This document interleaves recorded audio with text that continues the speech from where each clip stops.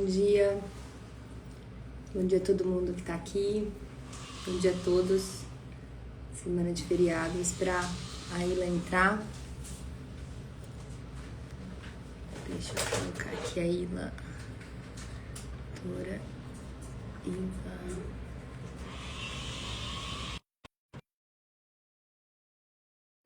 Oi, Jana, tudo bem? Jana, hoje a gente vai falar de um tema que cabe demais pro caso que a gente discutiu ontem na mentoria. Oi, Ilha, bom dia. Bom dia, Letícia. Bom dia, turma. Coragem, né? De feriado. Deixa eu te perguntar, tá muito pálida? Não deu tempo de passar batom? Eu tô aqui na dúvida se eu passo batom. Tá não, né? Não, Tá não, saudável, né? não, tá ótimo. Eu também tô aqui a capa da gaita, minha filha. Não, não? Vamos lá. Então vamos. Porque eu fico numa de. Será que tá pálida demais? Mas tá dando, né? Tem saúde aí, então tá tudo bem. Tá, não, tá de pé, tá saúde, tá ótimo. Eu Obrigada, também Jana. Tá ótimo. descabelada aqui, né? Obrigada. Mas vamos Ai, lá, até porque acho que o tema que a gente escolheu hoje é um tema que daria muitas e muitas lives também, né, Letícia? daria. Eu acho que a gente pode até dar uma macro organizada em fatores fisiológicos, fatores comportamentais, mas daria muitas lives, né? Então, acho que talvez contextualizando, né, Ila, terminando o nosso bloco de adolescência, nós falamos um mês e meio sobre o sono do adolescente em muitas interfaces, e agora a gente vai trazer uma aplicação que vale também para adolescente, né? A gente falou muito, tangenciou bastante o assunto, vale para adolescente, mas ele é muito mais falado, ou pelo menos é muito mais impactante na prática clínica para o bebê, para a criança pequena, né? Que é essa interface do que a gente já sabe de ciência em cima do sono infantil, né? E acho que agora vai ser um ciclo de lives que a gente vai fazer nesse tema, trazendo pontos científicos para essa talvez para essa temática, ou seja, vamos colocar à luz da ciência muita coisa do que é dita hoje em dia, principalmente na mídia leiga, né? Em fóruns como aqui, como o Instagram, que é uma mídia leiga, mídia aberta, né? E trazer esse tema sob esse holofote. Então vamos Com começar? certeza. Vamos sim, e acho que pensando nessa subdivisão que a gente adora, né, sair organizando as caixinhas, eu fico pensando que antes de tudo, o sono é um processo ativo, né, Letícia? Talvez algumas pessoas ainda entendam que o sono é, às vezes, uma perda de tempo, que não tem muita coisa acontecendo ali durante o sono. E se a gente se aprofundar no que está acontecendo durante o sono, ainda mais o sono da criança, mas não apenas, obviamente, é um processo super ativo, não é verdade? É. Então, até como neurofisiologista que você é, talvez pudesse ser interessante você contar pra gente, né, pra quem tá assistindo, um pouquinho o que tá acontecendo ali durante o sono dessa criança, geralmente. São vários fatores. Acho que eu talvez eu costumo dividir muito de forma didática toda essa fisiologia do sono de modo a entregar essa complexidade que acontece no processo ativo à noite. Então, dentro daqueles dois macro processos que a gente costuma falar, e nós falamos bastante no adolescente, que são os fatores circadianos e os fatores homeostáticos, tem algo muito importante para a gente falar aqui. Primeiro, fatores circadianos. Dentre os fatores circadianos, a gente sabe que a criança, o bebê, por exemplo, nasce com sono polifásico. Então, ele tem o sono dividido em várias fases. E isso é reflexo do que está acontecendo na fisiologia dele. Então, até 3, 4 meses de idade, a produção e liberação de melatonina pelo bebê, primeiro, não tem muita produção independente de melatonina, ele recebe pelo leite materno, e quando ele vai começar a produzir, é de forma muito errática. E a melatonina, lembrando, é um sinalizador endógeno, é um sinalizador que vai sinalizar a noite biológica e o dia biológico, né? Então, o que vai acontecer? Que dos 3 para os 4 meses, essa produção começa a acontecer e aí vai ganhando robustez até o 6º mês, ele está numa produção robusta. Então, o que eu quero dizer? Que aqueles processos ativos que vão acontecer no sono da criança vão acontecer em pequenos blocos, né, em blocos mais curtos, e isso aí, trazendo para a prática, isso vai fazer com que o bebê precise dormir muitas e várias vezes ao longo do dia. né? E não vai ser aquele sono de bebê, como existe essa ideia, de que ele vai deitar e dormir 10, 12 horas seguidas. Isso não vai acontecer. Ele vai fragmentar. Ou seja, ele vai ter ciclos que a gente chama de ultradianos, não ciclos circadianos. Então, isso, por exemplo, comportamentalmente, parece um caos para a família, né? Mas, ao mesmo tempo, a gente tem que lembrar que a mulher, no final da gestação, também já tem seu sono fragmentado e já tem o seu corpo preparado para esses primeiros meses de sono fragmentado. Então, acho que isso é o número um. Número dois, dentro de fases de sono, a gente tem uma diferença muito importante do bebê para a criança maior, que é a quantidade de sono REM. Então, a criança maior tem menos sono REM, tem mais próximo do adulto do que o bebê. O bebê começa o sono pelo sono REM. O que isso quer dizer? O que acontece durante o sono REM? Durante o sono REM, a gente tem uma atonia muscular, então ausência de tônus, e vários pequenos careteamentos, que são pequenos surtos de contrações quase mioclônicas, mas não de natureza epilética, mioclonias do sono. Isso assusta as famílias. O bebê começa a dormir, a criança está dando sorrisinho, a criança está com o olhinho meio aberto, está movimentando o olho, porque ela começa a dormir pelo REM. O que a família interpreta com isso? Interpreta que a criança não está dormindo adequadamente, não está dormindo profundamente. E vai lá e interfere no sono da criança. Então, acho que esse é um segundo ponto que é muito importante nessa translação. E o terceiro é o processo homeostático. Qual é o ponto? A criança não tem uma capacidade de suportar o acúmulo de adenosina, que é o resultado do gasto energético. O oposto do que acontece no adolescente, que tem um pico de acúmulo, aqui na criança pequena ela não tem. O que faz também com que ela tenha pressão para dormir em períodos mais curtos, né? Então, ela não suporta tanto aquela pressão de sono, né? Então, acho que são dois pontos importantes da gente entender que isso coloca muita diferenciação na prática clínica. Você não vê, por exemplo, isso não só na fisiologia do sono, mas muito nas queixas dos pais, esses pontos que são fisiológicos se tornarem uma queixa clínica? Com toda certeza. E aí eu acho que, primeiro de tudo, é minimamente conhecer e psicoeducar as famílias do ponto de vista da fisiologia desse processo constante de desenvolvimento de sono ajuda, na verdade, as famílias e o próprio clínico a compreenderem o que dessa queixa é de fato algo passível de intervenção, do ponto de vista clínico, né? E o que na verdade tem muito mais a ver com as especificidades e as características do sono ao longo do seu desenvolvimento. É claro, dentro da análise do comportamento, a gente entende que se produz sofrimento, é passível de intervenção.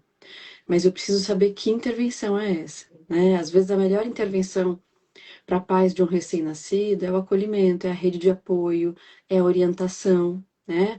E não necessariamente que essa criança está apresentando alguma alteração fisiológica do ponto de vista do sono. Então, essa translação entre a fisiologia e o que é esperado no comportamento é fundamental para que a gente compreenda o que de fato está acontecendo com aquela criança e com aquela família, né?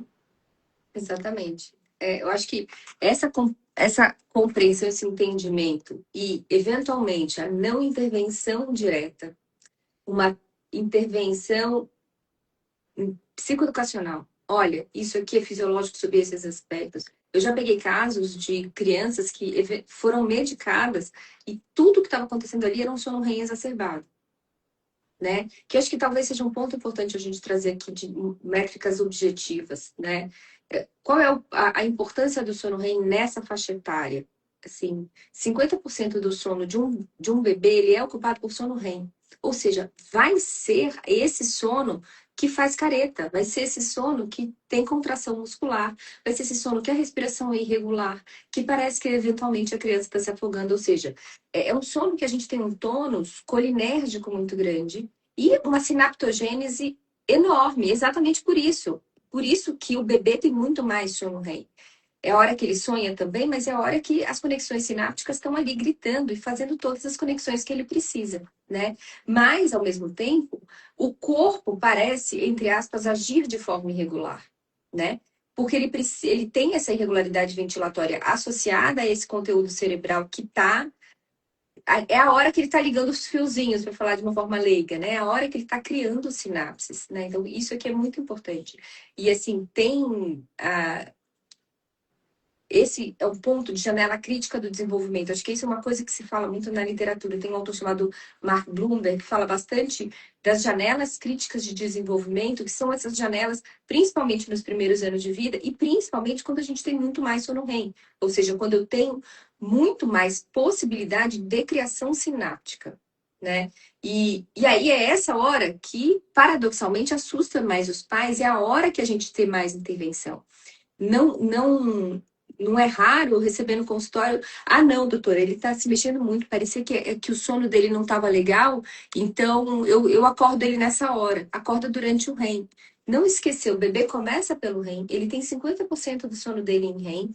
Só para uma comparação, um adulto tem 20 a 25% do seu tempo total de sono em REM, e o bebê tem 50%.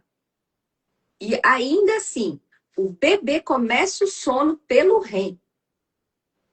Então, enquanto o adulto tem de 20 a 25% e começa um REM depois de 70 a 120 minutos do início do sono, ou seja, a gente não vê o REM do adulto, do bebê ele começa e tem 50%. Então, só nisso já explica que talvez não esteja no imaginário coletivo a fisiologia do REM. Uma facilidade de entender que aquilo ali seja talvez um processo fisiológico que a gente não precisa intervir, né? E aí vamos fazer de novo esse exercício de trazer para o que a gente enxerga, né? Para a prática clínica.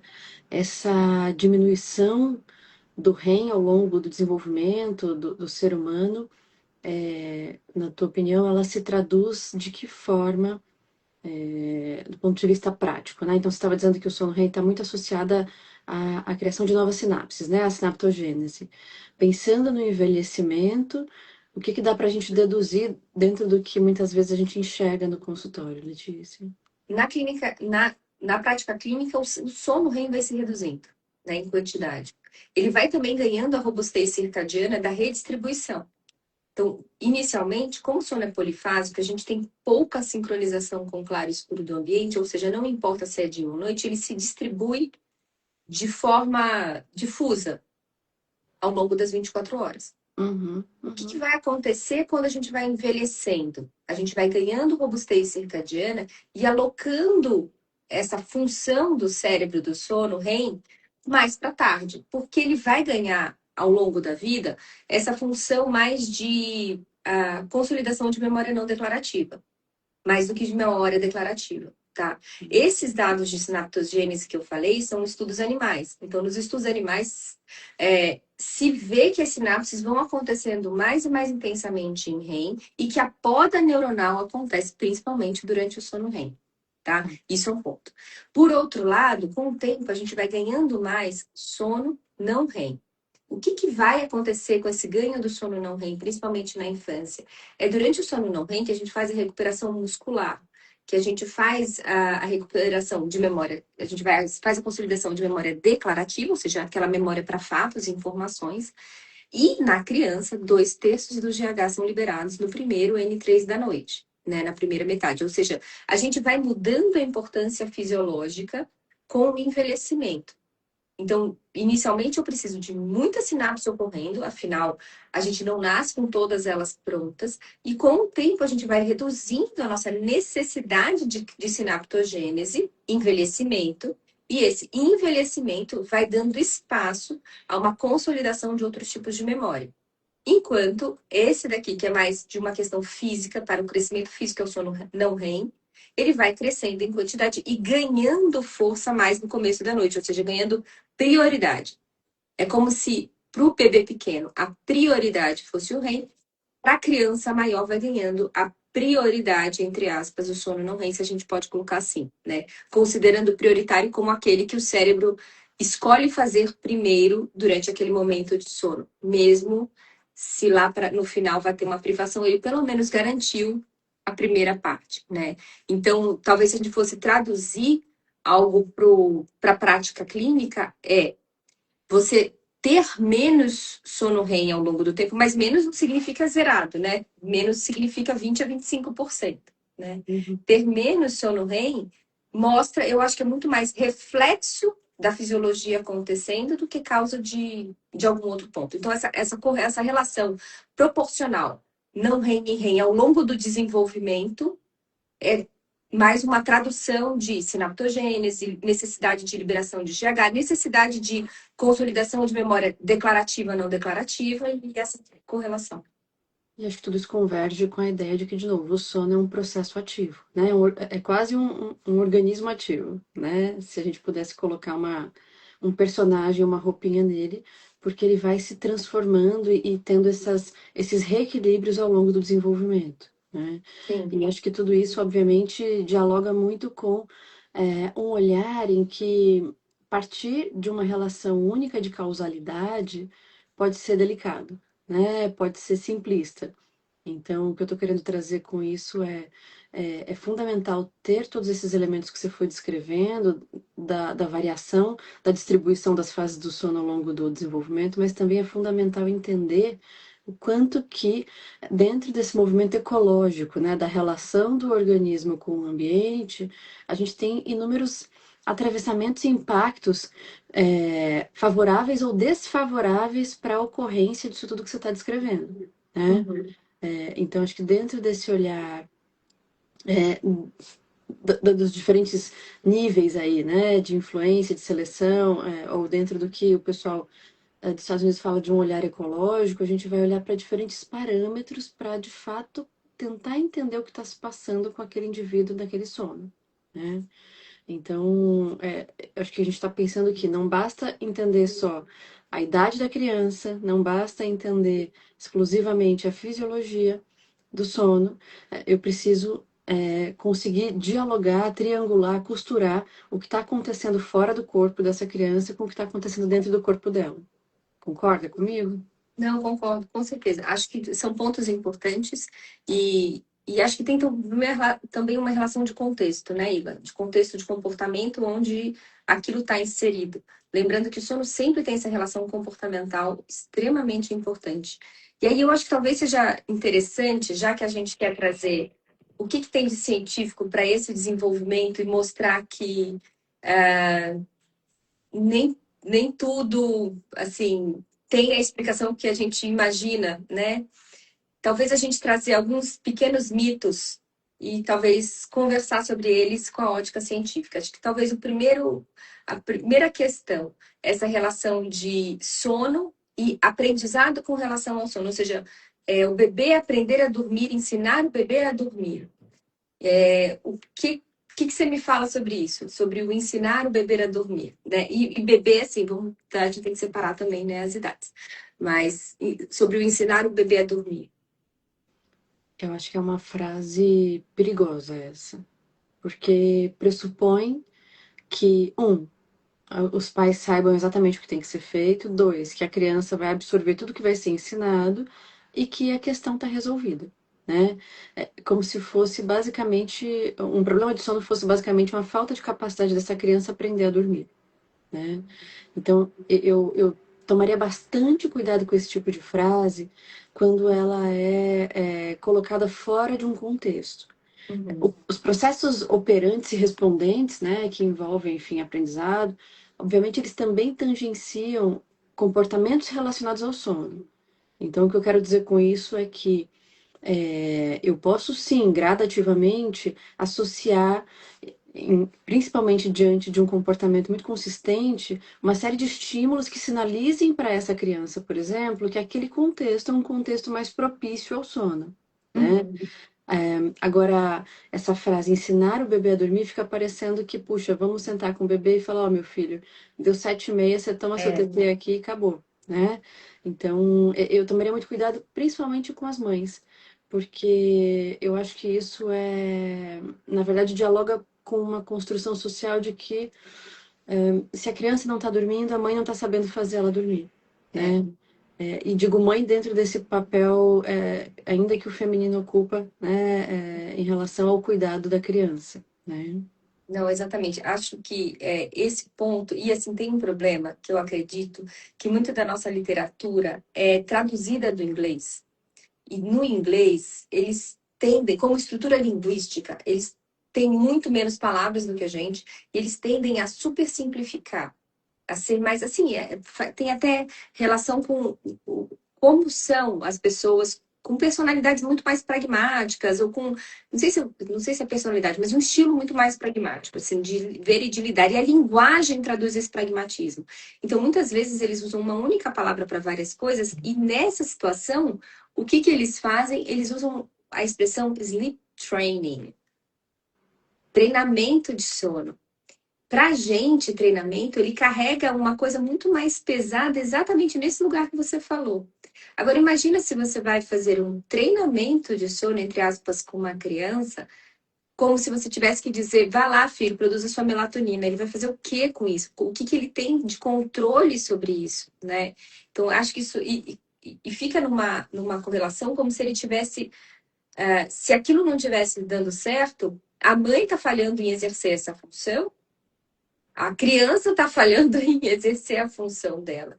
E a gente sabe que, principalmente no período neonatal, o colo, o calor da mãe, a presença, tem efeitos até analgésicos. Eu tenho estudo que fala, tem efeitos até analgésicos, mas relaxantes, calmantes, reduz frequência cardíaca. A gente sabe bastante disso. Ou seja, existe uma relação que a gente tem que entender muito. Primeiro, a idade que a criança está. Então, eu acho que isso é um ponto super importante, né? Um bebê pequeno tem uma relação muito mais visceral com o sono, né? Com o adormecer, o processo de adormecer e com a mãe, que é diferente da criança, um pouquinho maior, né? E essa questão do treino realmente carrega essa culpabilização junto, né?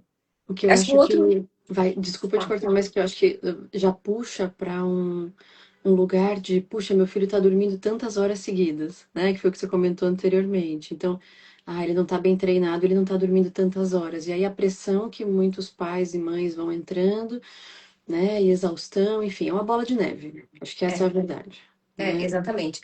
E aí talvez quebrar um outro mito, que a criança tem que deitar e dormir 8 horas seguidas. Acho que a Exatamente. Jode tem uns trabalhos interessantes mostrando que não, isso falando em humanos, né? Que não, né? Que eu acho que Não, acho que até entender essa fisiologia é fisiológico. importante, né? Acho que fisiologicamente, como você foi descrevendo, né, no início aqui da nossa conversa, isso não é nem esperado, né?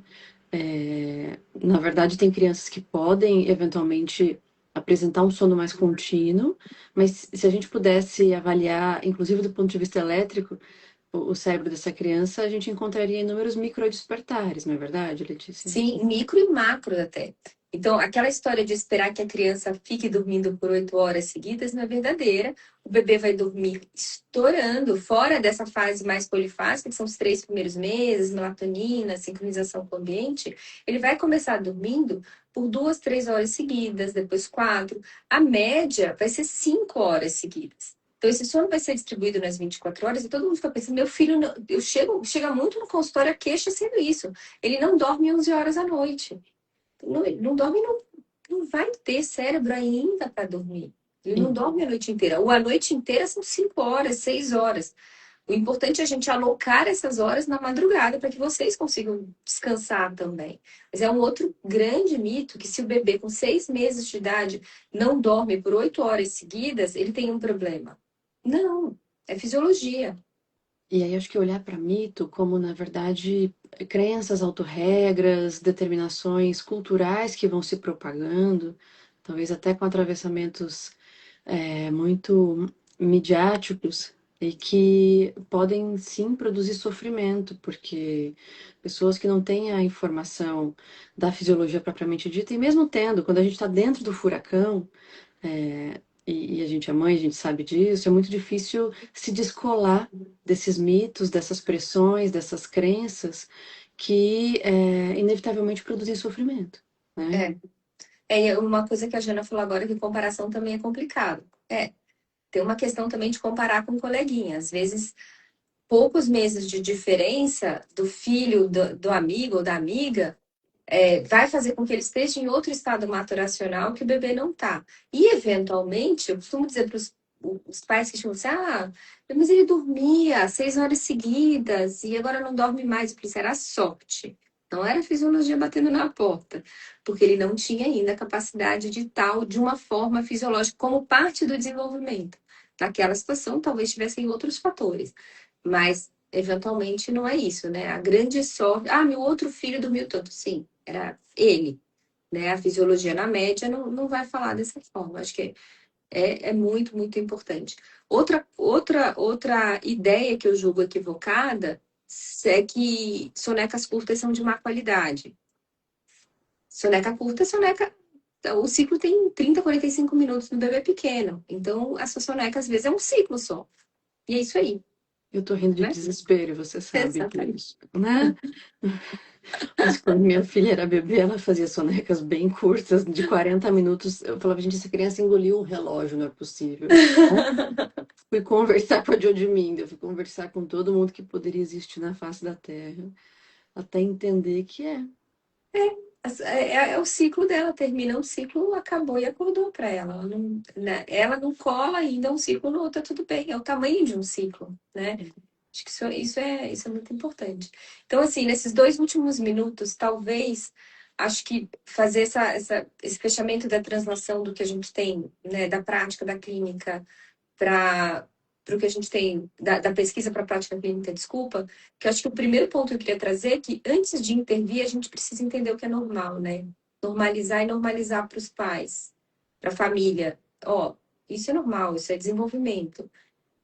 Como é que a gente vai agir com relação a isso? Tem culturas que normalizam muito mais a nossa, e ainda mais com a grande inserção. A gente sabe que o brasileiro é um dos povos que mais consomem essas mídias sociais, digitais, né? Então, eu acho que o primeiro ponto é normalizar antes de intervir ou de considerar um problema, né? E explicar. Você traria E mais algum? acho que lembrar que mesmo com muito conhecimento, a gente cai nessas armadilhas. Porque quando a gente está dentro do problema, a gente se fusiona de tal maneira com o sofrimento, com a angústia, com a exaustão, Isso. que dificulta, inclusive, esse processo de olhar em perspectiva. É natural. Isso não é um problema, não é mesmo? Mas se a gente considerar, então, que tem pessoas que nem sequer têm a informação, fica muito mais difícil fazer diferente, né? Exatamente. Então, eu entendo que propagar o conhecimento correto, científico, embasado, é um primeiro passo para diminuição do segmento dessas crenças, desses mitos, né? E para quem cai nos mitos, como nós mesmas, né? Porque estão ali dentro do furacão, tá tudo bem. Tá? O exercício é parar, se reconhecer e voltar para o conhecimento científico, porque ele traz a solidez que a gente precisa para pensar no comportamento, né? Exatamente. Eu acho que tem. Então, a gente manter essa flexibilidade e não utilizar prescrições rígidas é um ponto. Acho que um outro ponto também é entender que as pesquisas têm limitações, né? Algumas pesquisas animais são altamente translacionadas para o humano sem necessariamente poder. Eu acho que é outro ponto. E a gente não esquecer de cuidar de quem cuida também, né? Acho que isso aqui é um ponto extremamente importante. A gente pensa nisso dissociado de um contexto e às vezes esquece de cuidar de quem cuida. Então, saber avaliar a qualidade das pesquisas, mas, enfim, na ponta final do iceberg é cuidar de quem cuida, né? Também acho. Bom, é um bom fechamento para a live, hein? Cuidar de quem Chique. cuida e pronto. Ficou bom. Até de nós mesmos, né? Profissionais que cuidamos, né? Mas, Isso enfim. mesmo, isso mesmo. Bom, Gente, é isso. A live vai boa ficar viagem. gravada. É, Bom dia a todos, né, Ila? Quer dar algum recado? Eu te boa cortei? viagem para você, Ai, né? obrigada. Que vai para o congresso, né? É verdade, é verdade. Depois eu trago notícias da aula que eu vou dar no congresso. Que congresso é, senhora? É o International Pediatric Sleep Association Congress, Muito bem. Então, tá bom. senhora. Mas eu trago depois. Obrigada, Jana. Combinado. Eu trago Beijos. notícias daqui, que vai ser sobre os adolescentes, né? A iniciativa que a gente tem com a Organização Mundial de Saúde, junto ao World Sleep Society, com os adolescentes. Mas aí eu trago para aqui, depois que eu der a aula, a gente fala, faz uma live sobre ela. Curiosa. Beijo. Tchau, tchau. Beijo. Tchau, gente.